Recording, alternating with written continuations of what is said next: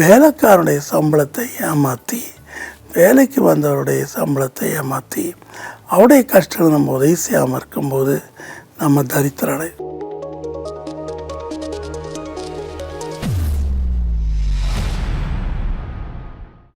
நம்ம போன மெசேஜில் பொருளாதார தடைகள் எப்படி வருதுன்னு நம்ம சொன்னோம் இல்லையா? அதே போல் அதை கண்டினியூ பண்ணுறேன். சுமுத்திரையான திராசு கர்த்தருக்கு பெரிய. ஐஸ்வர்யமாவதற்கு தீவரிக்கிறவன் முடிவில் நாசம் அடைவான். சீக்கிரமாக ஐஸ்வர்யம் அடையணும், சீக்கிரமாக பணக்காரனாகணும், சீக்கிரமாக பெரிய ஆளாக மாறணும் நம்ம நினைக்கும்போது பலவிதமான பாவ கண்ணிகளில் நம்ம அகப்படுறோம்னு சொல்லிட்டு, அது யாராக இருந்தாலும் சரி, ஊழியக்காரனாக இருந்தாலும் சரி, பிஸ்னஸ் பண்ணவங்களாக இருந்தாலும் சரி, இல்லை ஒரு இன்ஸ்டியூஷன் ஹெட்டாக இருந்தாலும் சரி, எதாக இருந்தாலும் சரி, அல்லது ஒரு பெரிய கம்பெனி வச்சுருந்தாலும் சரி, குறுக்கு வழியில் நம்ம என்ன செய்யக்கூடாது? பணத்தை அதிகரிக்கக்கூடாது. அது முடியல நமக்கு சாபமாக முடியும்.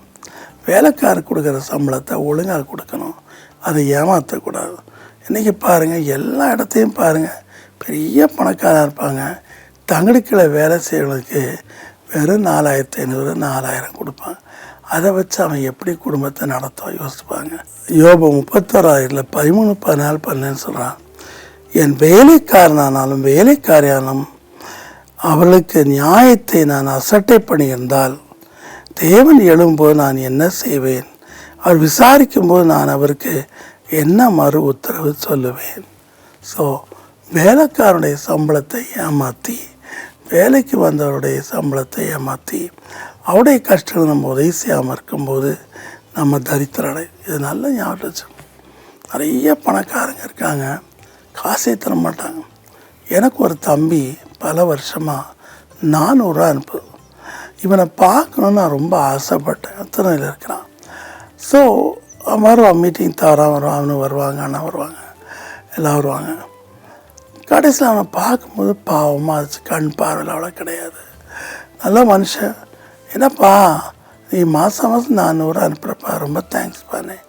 அப்புறம் அவன்கிட்ட கேட்டேன், மொத்த சம்பளம்னு கேட்டேன். 500. 500 100 தான் வாழ்றியா? 400 அனுப்புறியான்னு கேட்டேன். ஆமாம், எங்கள் முதலாளி அவ்வளோதான் தருவார். எத்தனை வருஷம் தர்றாரு? 15 வருஷமாக அவ்வளோ கடினமாக வேலை செய்கிறவனுக்கு மளிகை கடையில் வெறும் 500 சம்பளம் கொடுக்குறான். ஆனால் எவ்வளோ ஒரு ஸ்டிஞ்சினஸ் இல்லையா? சரத்தான் சொல்கிறான், பிசினத்தரம் பண்ணி வறுமையாளரும் உண்டு. இல்லைப்பா, நம்ம வாரி அரைக்கணும், வாரி அரைத்து விருத்தி அடைவாரும் உண்டு. நீதிமொழி 11:25. உதார குணமுடன் செழிப்பான். கர்த்தர் நம்மள்கிட்ட சொத்துக்களையும் சுதந்திரத்தையும் கொடுக்கும்போது நம்ம என்ன செய்யணும்? வாரி அரைக்கணும். முதலாவது தேவனை கனம் பண்ணணும். ஏன்னா அவர் தான் தம்மை தொழுது கொண்ட அனைவருக்கும் ஐஸ்வர்ய சம்பனர். ரோமர் 10:12. நம்முடைய தேவனாய் கர்த்தர் எவ்வளோ பெரிய ஐஸ்வர்யம் உள்ளவர்களாக. நான் சொல்லியிருக்கேன் உங்களுக்கு, ஸ்டார்ஸில் தங்க மழை கொட்டும், வைரக்கல் மழை கொட்டும், இரும்பு மழை கொட்டும், இதெல்லாம் சொல்லியிருக்கேன். அதே மாதிரி பர்வத்தில் ஒரு அடி கூட நீங்கள் பூமி முழுவதும் விற்றா கூட வாங்க முடியாது. அவ்வளவு பெரிய ஐஸ்வர்யம் உள்ள தேவன் தம்மை தொழுது கொள்ளுகிறவர்களுக்கு, தமது கற்பனை கீழ்ப்படிகளுக்கு ஐஸ்வர்யத்தை தருகிறார். ஸோ சங்கீதம் 112:3 படி அவருடைய கற்பனையின்படி நாம் நடக்கும்போது நமக்கு தேவையானதை ஆண்டவர் தருகிறார். இன்றைக்கி நிறைய பேர் ஃபாரின் போகணும், வேலைக்கு போகணும்னு சொல்லுவாங்க. ஆனால் வேலை நல்லா கிடைக்கும், நிறைய ஜெபம் பண்ணி அவனை ஆண்டவர் முன்னேற்றுவார். ஆனால் முடியல என்ன சொல்லுவாங்க?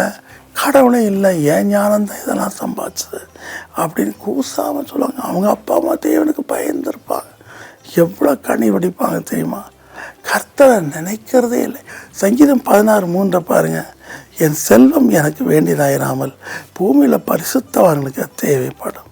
ஸோ முதலாவது தேவனுடைய ராஜ்யத்துக்குரிய நம்ம கவனிக்கும்போது மிஷனரிகளுக்கு, கர்த்தருடைய ஊழியக்காரங்களுக்கு, போதர்களுக்கு, பாஸ்டர்ஸ்க்கு, பாடுபடுற கிறிஸ்தவர்களுக்கு, எளிமையானவருக்கு நம்ம கொடுக்கும்போது நம்ம தரித்திரம் அடைய மாட்டோம், கடன் வாங்கவும் மாட்டோம். 15:4-11 பாருங்கள், தரித்திரம் எப்போ நம்ம கூட தான் இருப்பாங்க, ஆனால் அவனுக்கு நம்ம கொடுக்குறோம். ஸோ தேவன் ஐஸ்வர்யமடை சேரரும் தரித்திரமடை சேருமாக இருக்கிறார். 1 சாமுவேல் 2:7. அவரே ஒரு மனுஷனுக்கு ஐஸ்வர்யத்தை சம்பாதிக்கத்தக்கதான கிருபை தருகிறார். உபாகம் 8:12-14. அவர் தான் அதுக்குரிய கிருபை தரார். ஆச்சரியமாக இருக்கு இல்லையா? கர்த்தர் தான் ஐஸ்வர்யோட செய்கிறவர். அவருடைய ஐஸ்வர்யம் வேதனை தராது. 10:22. ஸோ அவருக்கு பயப்படுங்க, தாழ்மை நடங்க, யாரையும் ஏமாத்தாதீங்க பிள்ளைகளா, யார்கிட்டையும் லஞ்சம் வாங்காதீங்க பிள்ளைகளா. தப்பு.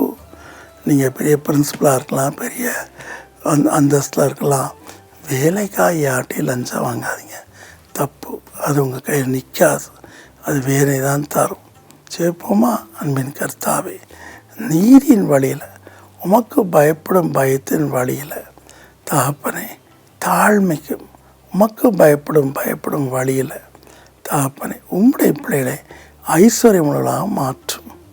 அவளுக்கு கடன்களே இருக்கக்கூடாது. உண்மை அவளுக்கு கனம் பண்ணும் போது அவருடைய களஞ்சியங்கள் கர்த்தாவை நீதிமொழி 3:9-10 படி நிரம்பி வழியட்டும், நிரம்பி வழியட்டும். அவருடைய கண்ணீரை தொடையும். எனக்கு பிரதிபலன் கிடைக்குங்கிறதுக்காக அவங்க தசமங்களையும் மற்றவை கொடுக்கக்கூடாது. அதற்கு பதிலாக உம்மை நேசிப்பதினால் உம்முடைய ஊழியங்களுக்கு தாராளமை கொடுக்க செய்யும், உமக்கு கொடுக்க செய்யும், தரித்திர கொடுக்க செய்யும். அவருடைய வறுமை நீக்கி போடும். இயேசுவின் நாமத்தில் வேண்டிக் கொள்கிறேன் பிதாவே. ஆமேன், ஆமேன். தைரியமாக இருங்க, சரியா? இந்த மாதம் கர்த்தர் உங்கள் கடன்களை எல்லாம் எடுத்து போடுவார்.